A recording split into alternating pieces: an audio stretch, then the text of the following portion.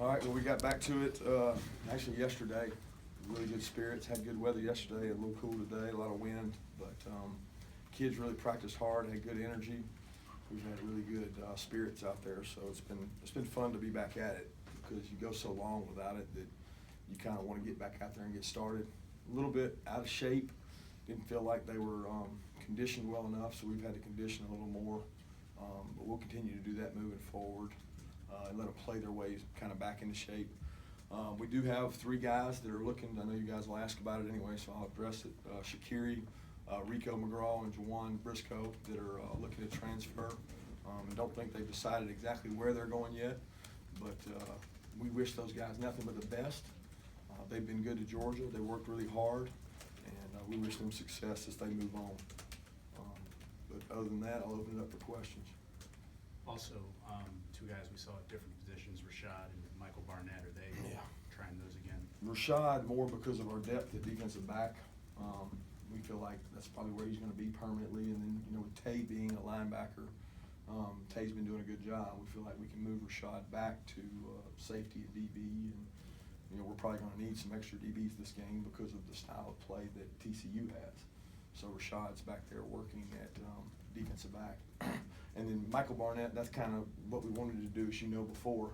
And he's back there working as an offensive lineman. We had some issues there with injuries right at the end of the season that we weren't capable of moving him to offensive line. But we think that's going to be a permanent fix for the rest of this season and hopefully a spring deal too for him to work there. But he's kind of gone back and forth. And he's done some good things there, so we're hoping that he can help us. Nate Patrick's still wearing that black jersey. It seems to be a real nagging injury. Hasn't played less 3 games. So how's Nate doing? He has improved. He's closer and closer to getting cleared. It's day by day for us, and it's an injury that's tough. It's a nerve injury, so it's one of those situations that we got to be really careful with it. And Ron and the medical staff have done a great job, and Nate has been in good spirits. I mean, it killed him not to be able to play in those games, and he's worked really hard on it.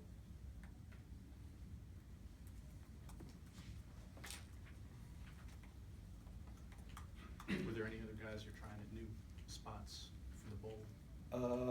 The Prather Hudson kid who did a really nice job on the scout team. We're going to work him at wide out some, slot receiver. He was kind of a scout team running back, high school running back, and we're letting him work at wide receiver.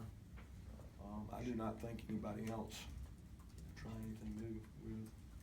Didn't see Jalil again. I mean, maybe a different number. You guys had some mixed up out there today. Was he out there today? Yeah, he was there. Okay. He's working with the inside backers. Okay, but like I said, there's just Yeah, those numbers get me sometimes too. He's there.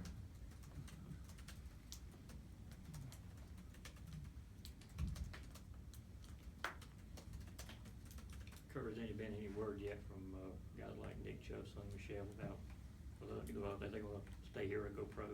We've met with those guys a bunch, and they're getting closer to a decision. We may have something for you here soon. Y'all gonna be able to get to the new indoor facility before bowl practice is over? I sure hope so.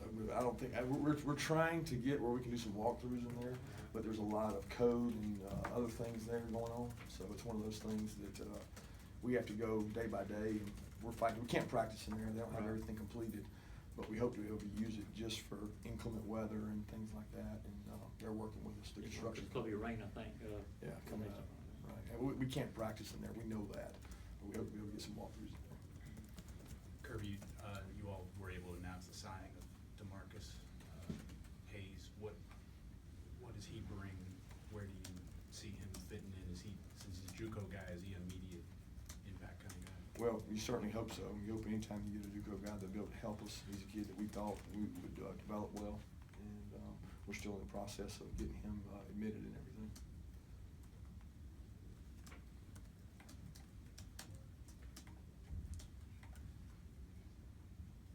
Kirby, where does Texas fit into your recruiting map? I know you have a commitment from someone there, and then you have some connections on staff.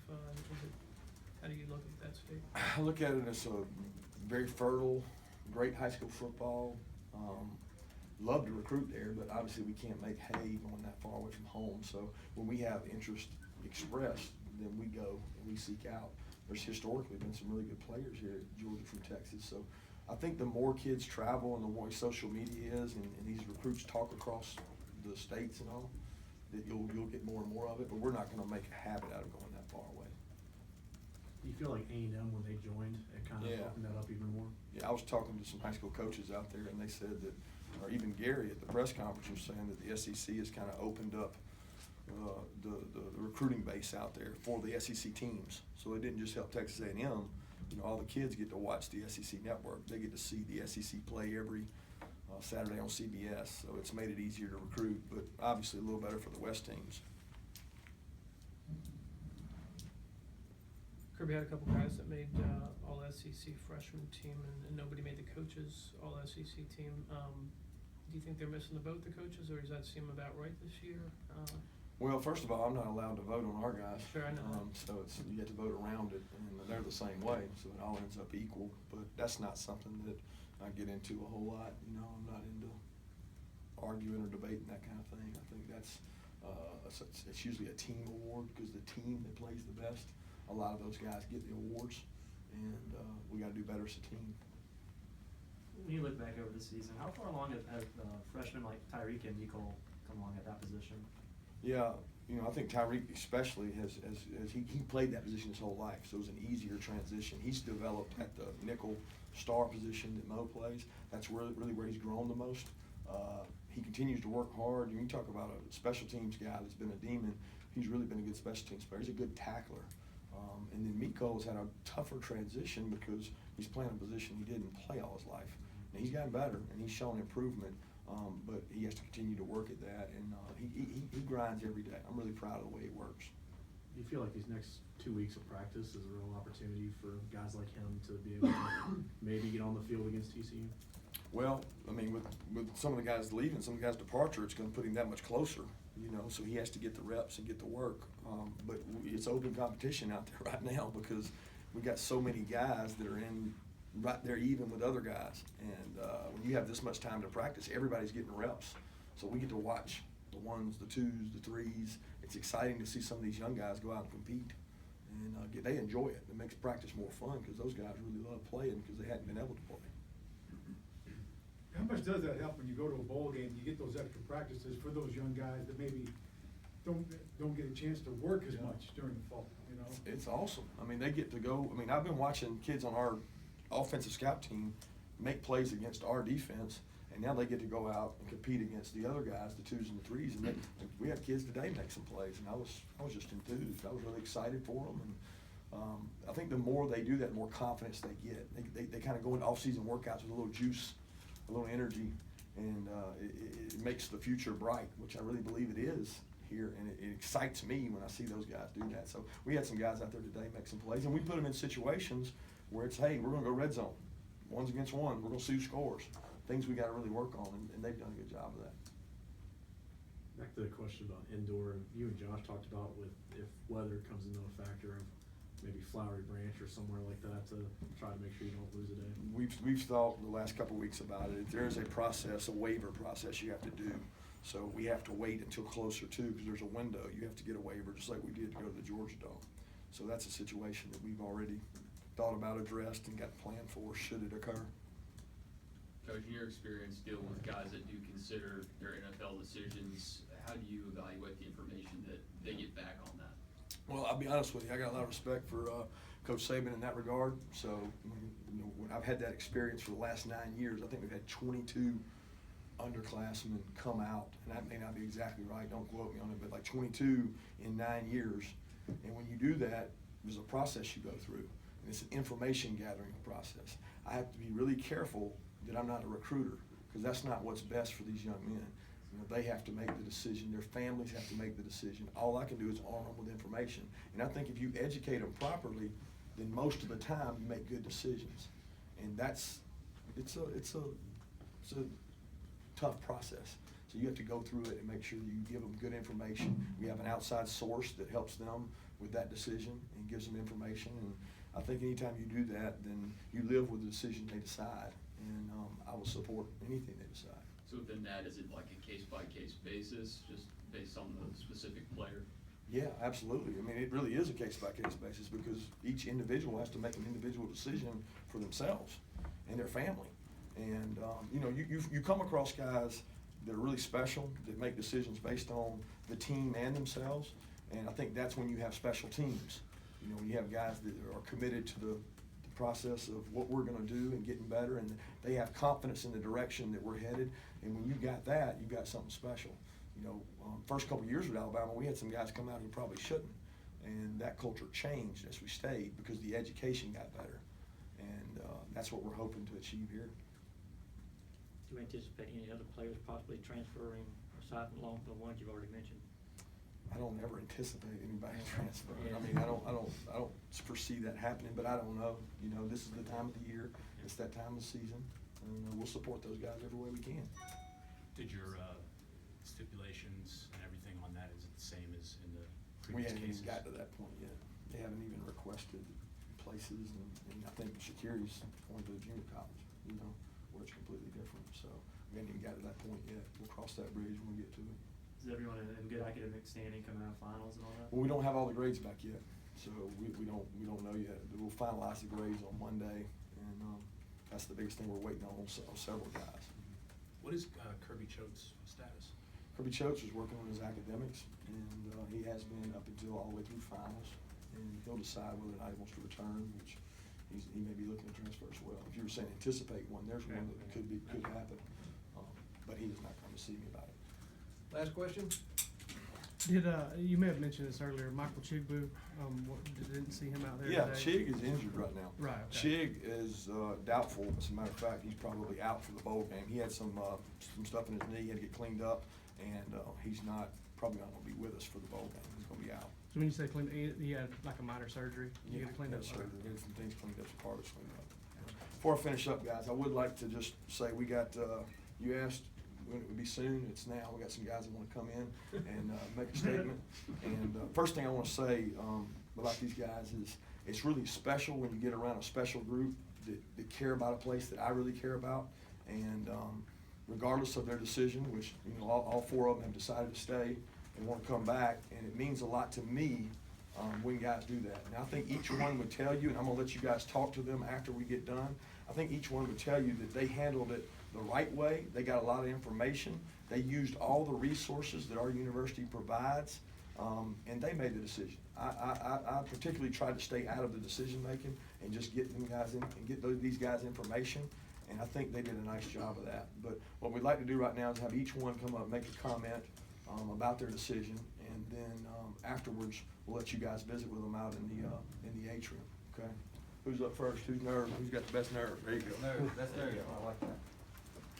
First of all, I'd like to start off by saying I have to thank my Lord and Savior, the University of Georgia, Coach Smart, and my parents for helping me throughout the process of making this decision. We can't really think about the future too much, but I'm excited to come back. We have a young team. We have a lot of growth to be a part of this team, and I'm very excited. And I have to say, in life we can't really focus on too much on the future. So I have to make this comment that I'm excited to play TCU and to go out on the field with these senior class one more time. And thank you for your time.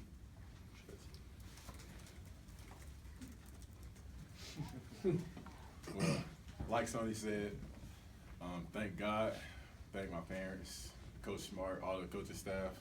They've helped us a lot, and I'm really excited to be able to say that I'm coming back and I'm going to be a part of the team. I'm looking forward to the great things that we're going to do in the future, and I know we're going to work hard. We got some young guys. We got some recruits coming in, and we're all going to be ready to make some big things happen next year. How's everyone doing? Yeah. Tough crowd.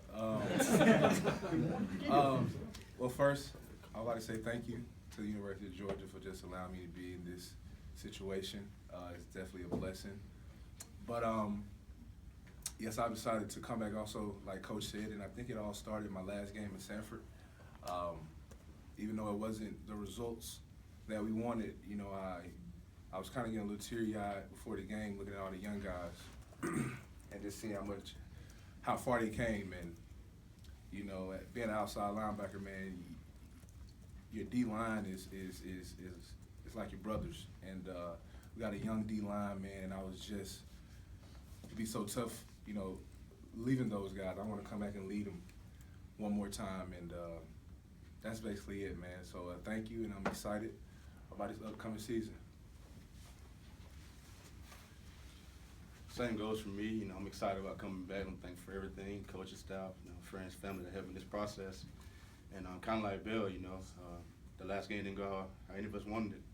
And so I couldn't, you know, that's my last, you know, memory of Georgia. And it kind of hurt inside, you know, I'm very proud for Guy. And, you know, to bypass this year and go, you know, chase something that's always going to be there for me. And bypass, you know, hanging out with my friends, you know, this brotherhood we have here, something I couldn't pass up in my senior year. So a lot of thought went into it, you know, a lot of nights, and I think I made the best decision for myself and for my family, everyone around me, just come back and, you know, build something I think is going to be very great and special in the years to come. And I'm beyond excited. I can't wait to get back to work, you know, starting tomorrow and just build this thing up to where we need to be. And I'm so thankful. Thank you. I just want to finish by saying that I want to tell all their families, these 4 guys in particular, I've been in touch with their families, and they got first-class families who've helped each one of them. And these guys are bright guys who've got bright futures in the NFL, and they've gone about it the right way. They received the information the right way, and they've done a nice job. So I commend them and commend the rest of our team for supporting them. And we are excited about the future, and we're really excited about this game coming up against TCU. So we're excited about it. Thank you, guys. You can meet these guys out there in the edge. Yeah, if y'all just proceed to the normal interview area, we'll have them all out there.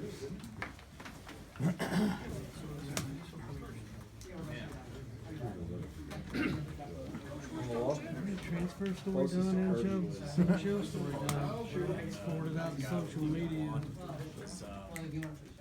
Devin Dahl. Not a problem.